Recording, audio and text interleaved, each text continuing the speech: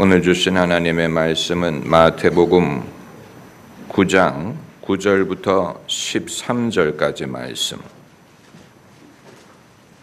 마태복음 9장 9절부터 13절까지 우리 함께 읽겠습니다. 예수께서 거기서 떠나 지나가시다가 마태라 하는 사람이 세관에 앉은 것을 보시고 이르시되 나를 쫓으라 하시니 일어나 쫓으니라. 예수께서 마태의 집에서 앉아 음식을 잡수실 때 많은 세리와 죄인들이 와서 예수와 그 제자들과 함께 있었더니 바리새인들이 보고 그 제자들에게 이르되 어찌하여 너희 선생은 세리와 죄인들과 함께 잡수시느냐. 예수께서 들으시고 이르시되 건강한 자에게는 의원이 쓸데없고 병든 자에게라야 쓸데있느니라. 너희는 가서 내가 긍휼을 원하고 제사를 원치 아니하노라 하신 뜻이 무엇인지 온 것이 아니요 죄인을 부르러 왔노라 하시니라. 아멘. 성부 하나님에 대하여 몇 달째 공부를 하고 있습니다. 처음에는 구약 성경을 중심으로 공부했습니다. 구약 성경을 공부할 때는 구약의 하나님이 신약의 하나님과 다르지 않다는 것을 중점적으로 지켜보았습니다. 왜냐하면 많은 사람들이 구약의 하나님이 신약의 하나님과 다르다라고 주장하기 때문입니다. 그런데 반대로 신약 성경을 공부할 때는 예수께서 계시하신 성부 하나님이 구약의 하나님과 다른 면을 우리가 찾아서 보려고 합니다. 그 이유는 그것은 예수 그리스도만이 보여주실 수 있는 하나님의 귀중한 계시가 되기 때문입니다. 만일 그게 아니고 예수님이 계시하신 성부 하나님이 구약의 선지자들이 이미 다 말한 내용을 되풀이하는 것이라면 그렇다면 예수님은 특별한 면이 없는 분이 될 것이기 때문입니다. 예수님만이 보여주실 수 있는 성부 하나님의 면모가 하나님이 예수님을 이 땅에 보내신 이유가 될 것이기 때문입니다. 이것을 우리가 아는 것이 우리 신앙에 어떤 직접적인 도움이 된다는 말이냐, 그냥 신학적인 지식을 쌓는 것이 아니냐 이렇게 생각을 할 수도 있지만 에티오피아 사람이 병거를 타고 가면서 빌립을 만났을 때 빌립에게 물어본 것은 신학적인 질문이었습니다. 이것이 저자를 말하는 것입니까? 아니면 다른 사람을 말하는 것입니까? 그래서 빌립이 에티오피아 사람의 신학적인 질문에 대답을 해준 것이 그 사람의 회심으로 이어진 것이지요. 또 바울이 소아시아의 두란노 서원에서 1년 동안 강의를 했다고 했는데 그 결과로 온 아시아가 하나님의 말씀을 들었다라고 했습니다. 그 당시에 소아시아의 인구가 얼마였는지 알 수 없지만 두란노 서원에서 바울이 1년 동안 강의함으로 온 아시아가 하나님의 말씀을 들을 수 있었다는 것은 이것은 우리가 아는 세계가 하나님의 말씀을 듣기 위해서 그렇게 긴 세월이 필요한 것은 아니라는 것을 보여줍니다. 우리가 성경 공부를 하는 목적이 무엇입니까? 성경 공부, 사람마다 성경을 읽는 목적이 다른데 어떤 이들은 내게 주시는 말씀을 듣기 위해서 성경 공부를 합니다. 그러나 성경 공부의 진짜 목적은 내게 주시는 말씀을 얻기 위한 것이 아니고 성경을 공부하기 위한 것입니다. 성경을 공부하노라면 내게 주시는 말씀을 당연히 듣게 될 것입니다. 성경 전체가 내게 주시는 말씀이에요. 거기에 내게 주시는 말씀이 군데군데 숨어 있는 게 아니고 성경 전체가 우리에게 주시는 말씀인데 다만 우리를 감동하는 부분이 때에 따라서 다르다는 것뿐입니다. 우리가 나무도 봐야 되지만 숲의 모습을 봐야 전체의 모습을 볼 수 있어야 신학적인 안목을 갖게 되고 그리고 신학적인 안목을 가져야 성경 전체가 우리에게 주시는 말씀을 파악할 수가 있게 됩니다. QT를 강조하는 분들이 많이 있죠. QT의 방식으로 성경을 읽는 것도 귀중합니다. QT 방식으로 성경을 읽는다는 말은 거기에서 내게 주시는 말씀을 찾고자 한다는 것이고 그래서 뭔가 내 마음에 와 닿는 그 구절이 내게 주시는 말씀이다. 그걸 찾기 위한 것이 QT 방식인데 여기에는 한 가지 맹점이 있습니다. 아전인수격으로 읽게 된다는 것입니다. 귀에 걸면 귀걸이, 코에 걸면 코걸이. 그 구절이 원래 어떤 목적으로 기록되었는지는 상관이 없고 내게 은혜가 되는 것만이 중요하다고 판단하는 것입니다. 이것은 포스트 모던 문학 이론과 상당히 흡사합니다. 포스트 모던 문학 이론을 보면 저자의 배경, 저자의 본래 의도, 또 저자의 본래 사상은 중요하지 않고 그 저자가 쓴 글이 독립적인 존재를 갖고 있어서 읽는 사람에 따라서 다른 내용을 전달받을 수 있다. 이것이 포스트 모던 문학 이론입니다. 그렇기 때문에 사람이 글을 읽는 활동이 마치 저자가 그것을 쓰는 활동과 같은 창의적인 면이 있다. 이런 그 글 자체가 생명력이 있어서 쓴 사람의 배경이나 의도와는 상관이 없이 읽는 사람에게 전달하는 새로운 의미가 있을 수 있다. 이것이 포스트 모던, 해체주의 이런 이론과 비슷한데 이 이론이 QT 이론과 흡사하다라는 사실이 놀랍습니다. 그리고 어떻게 보면 그 문학 이론을 만든 사람들이 알았는지 몰랐는지는 알 수 없지만 하나님의 말씀은 살아 운동력이 있다고 했는데 하나님의 말씀의 성격을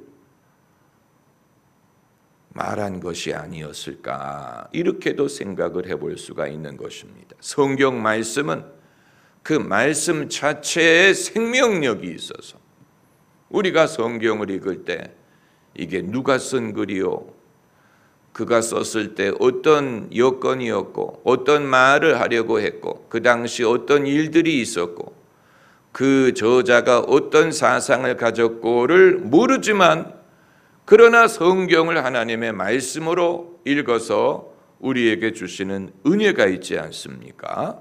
우리가 마태복음을 읽을 때 반드시 마태를 의식하고 마태는 어떤 사람이고 마태는 누구를 대상으로 이것을 썼고 마태는 어떤 말을 하기 위해서 이 복음서를 썼느냐를 생각하는 게 아니고 그냥 하나님의 말씀으로 읽다 보면 거기에서 내게 주시는 은혜를 얻을 수 있는 것처럼 그러나 여기에는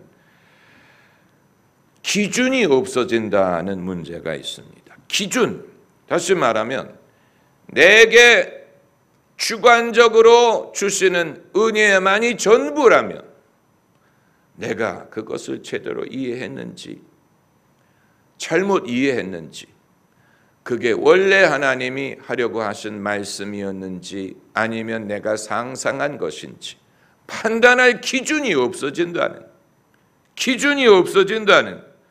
진리의 기준을 상실한다는 그런 문제가 있습니다. 그렇기 때문에 큐티도 중요하고 성경을 내게 은혜가 되는 방식으로 읽는 것도 중요하지만, 그러나 성경을 학술적으로 체계적으로 그 원래 저자의 의도가 무엇이었는지 이것을 아는 것이 우리로 하여금 성경 말씀을 제대로 접할 수 있는 준비가 되고 그럴 만한 그릇이 될 수가 있는 것입니다.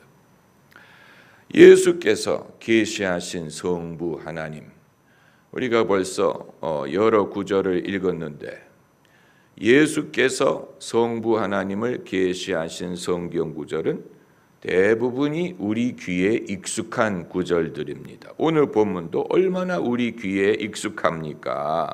그런데 이 구절 속에 예수님만이 계시하신 하나님 아버지의 모습이 담겨져 있습니다. 12절에 13절에 내가 의인을 부르러 온 것이 아니요 죄인을 부르러 왔도다. 아주 위대한 말씀이에요. 이것은 구약의 전체적인 초점과 대비가 되는 부분입니다. 왜냐하면 구약 성경은 의인과 죄인을 구별했어요. 악인과 의인을 구별했어요. 그래서 복이 있는 사람과 그렇지 않은 사람을 구별했습니다. 그 전형적인 예가 시편 1편이, 한번 시편 1편으로 가서 봅시다. 시편 1편에 복 있는 사람은 악인의 꾀를 쫓지 아니하며 죄인의 길에 서지 아니하고 오만한 자의 자리에 앉지 아니하고, 복 있는 사람과 악인을 구별하지요. 구별됨이 구약 성경이 말하는 거룩함의 뜻입니다. 구별됨. 어떻게 구별할 수 있느냐는 두 번째고, 구별돼야 돼. 일단 구별을 해야 돼.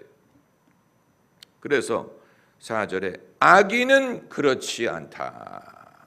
복 있는 사람은 이러한데 악인은 그렇지 않다. 그러므로 악인이 심판을 견디지 못하며 죄인이 의인의 회중에 들지 못하리로다. 구별됐어요. 서로 차별돼. 악인이 의인의 회중에 들 수 없어요. 모세율법이 그것을 말합니다. 모세율법에 있는 그 수많은 구절들, 수많은 규례들, 그것은 정결함과 부정함에 대한 말씀이지요. 그 목적은 하나님의 백성을 부정함으로부터 격리하기 위한 것입니다. 그런데 이것이 도덕적인 것과 위생적인 것을 합쳐놨어요. 그래서 이 이방인과 같이 식사를 해서도 안 되고, 몸이 부정한 사람과 같이 식사를 해도 안 돼. 또 죄인과 같이 물건을 써도 안 되고, 부정한 사람이 쓰던 물건을 써도 안 돼. 도덕적인 부정함과 위생적인 부정함을 갈라서 생각하지 않고, 우리가 이 전염병이 있는 사람과 격리되어야 되는 것처럼 악인으로부터 의인은 격리되어야 된다. 이것이 모세 율법이 말하는 것입니다. 어떻게 그 격리를 할 것이냐, 그것이 얼마나 귀중하냐 하는 규례를 말한 것이 레위기. 성전에 이방인이 들어와서도 안 되고, 성전에 몸이 부정한 사람이 들어와서도 안 돼. 철저하게 격리해야 돼. 그래서 구약의 하나님은 주로 의인을 대상으로 말씀하시고 의인을 대상으로 일하셨습니다. 그런데 예수께서 오셔서 이 격리를 깨뜨리신 것입니다. 그걸 말씀하신 게 오늘 본문. 내가 의인을 부르러 온 것이 아니고 죄인을 부르러 왔다. 그러니까 의인도 부르고 죄인도 부른다는 게 아니에요. 죄인을 의인의 자리에 띄워준다는 말도 아니에요. 의인의 외중에 죄인을 포함시키기 위해서 왔다 하는 말이 아니고 아예 내가 의인을 부르러 온 게 아니고 죄인을 부르러 왔다. 죄인을 부르는 것을 예수님의 주된 사명으로 여기신 거예요.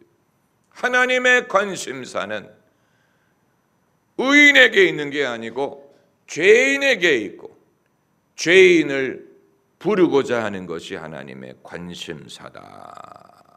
예수님이 보여주신 하나님의 면모, 구약 성경에서 찾을 수 없었던 하나님의 면모예요. 구약 성경에서는 하나님이 죄인들을 거의 방치 아니면 포기하셨던 것 같은데 내버려 두었죠. 그런데 예수께서 오셔서 구약에서는 방치되었던 이들을 주된 관심사로 삼으셨어요. 죄인뿐만이 아니고 병자들 그리고 이방인들 이들을 주된 관심사, 하나님의 주된 관심사라고 선포하신 것입니다. 그런데 사도 바울에 의하면 세상에 의인은 적고 죄인이 많다고 했습니까? 아니지요. 뭐라고 말했습니까? 의인은 없나니 하나도 없다. 세상에 의인은 조금 있고 죄인이 많다는 게 아니고 의인은 없나니 하나도 없다고 했어요. 그렇다면 예수께서 의인을 부르러 온 게 아니고 죄인을 부르러 오셨다는 말씀은 무슨 뜻입니까? 모든 사람을 부르러 왔다는 얘기예요. 모든 사람. 어차피 의인은 없기 때문에 여기서 의인을 부르지 않는다는 말은 자기를 의인으로 여기는 사람을 말하는 것입니다. 자기를 의인으로 여기는 사람은 예수님이 필요 없지요. 그러나 자기가 죄인이라는 사실을 인정하고 예수님의 도움을 필요로 하는 사람, 그 사람이 예수님이 부르는 사람이라는 얘기. 그렇다고 세상의 모든 죄인들이 예수님의 초청에 응할 것이냐? 그건 우리가 알 수 없어요. 아마 그러지 않으리라고 봅니다. 예수님이 죄인을 부르러 오셨어요. 그 말은 부르셨다는 얘기. 내게로 오라고 부르셨어요. 그렇기 때문에 부르러 왔다고 하신 거예요. 그러나 죄인들이 다 그 부름에 응했느냐? 그랬을 것 같지는 않아요. 응하지 않은 죄인들이 많이 있을 것입니다. 그럼에도 예수님의 부르심은 여전히 유효합니다. 내가 부르러 왔는데 근데 그게 유통기한이 100년이야. 100년이 지나면 더 이상 효력이 없다가 아니. 여전히 유효하다는 일. 여전히 누구든지 내 음성을 듣고 문을 열면 여전히 유효해. 그 부르심은 여전히 유효해. 그 유효함의 위대함을 우리가 다 상상하지 못할 것입니다. 그 부르심의 유효함이 얼마나 효험이 있는지 우리는 다 상상하지 못할 것. 얼마나 효험이 있냐면 죽기 직전에 예수님에게 부탁을 해도 유효하다는. 죽기 직전에 강도처럼 죽기 직전에 예수여 나를 기억하소서. 그 한마디에 그 초청에 응한 거예요. 예수님의 부르심이 유효해진 것. 예수님의 부르심이 얼마나 유효한지 우리는 다 상상하지 못할 것입니다. 우리의 경험으로만 이해를 하려고 하죠. 그 유효함에. 그러면 구약에서 신약 성경으로 넘어오면서 어떻게 이러한 거대한 변화가 일어날 수 있었다는 말이냐? 그 이유는 단 한 가지입니다. 예수 그리스도. 예수 그리스도가 이유가 돼. 그렇기 때문에 예수님을 모르고서는 하나님을 이해할 수가 없는 거예요. 예수님을 통하지 않고서는 하나님의 이 변화를 이해할 수가 없는 거예요. 하나님의 뜻을 이해할 수가 없는 거예요. 이 거대한 변화가 일어날 수 있었던 이유는 독생자 예수님이 이 땅에 오셨기 때문입니다. 그래서 이 죄인들을 부를 수 있는 엄청난 권한을 성부 하나님은 당신의 아들 예수님께 부여하신 거예요. 이전에 행하지 않던, 이전에 없었던 권한을 당신의 아들에게 부여하셨어요. 그래서 구약 시대에 어느 누구도 풀 수 없었던 문제를 예수님이 풀 수 있도록 하셨습니다. 율법과 선지자, 구약의 율법과 선지자로도 풀 수 없었던 인간의 죄의 문제를 예수께서 해결하게 하셨어요.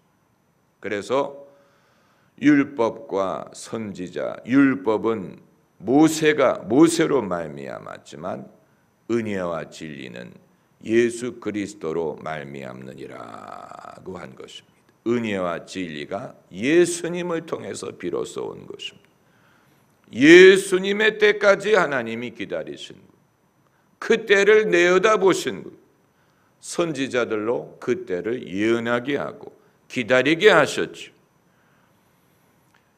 성탄절이 오기 전을 강림절이라고 부르는데, 강림하신다라는 말은 오신다라는 뜻이지만 거기에는 우리가 고대한다, 기다린다는 뜻이 있습니다.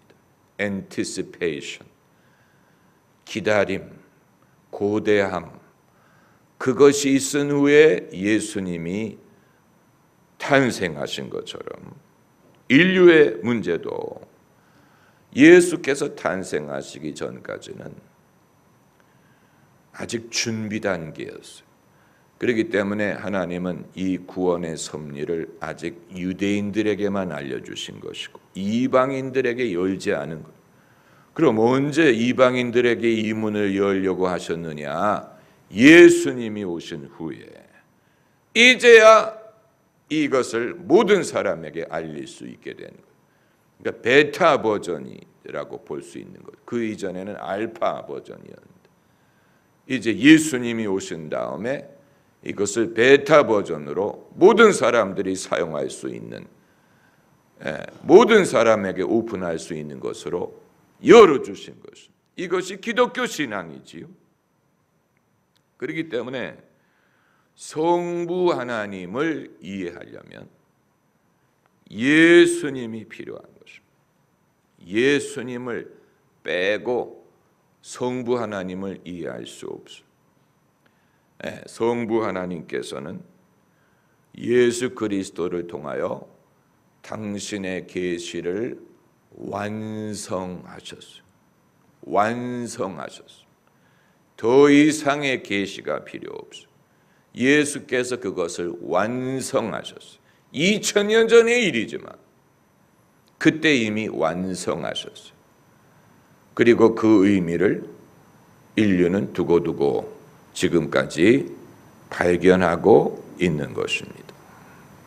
할렐루야. 기도하십시다.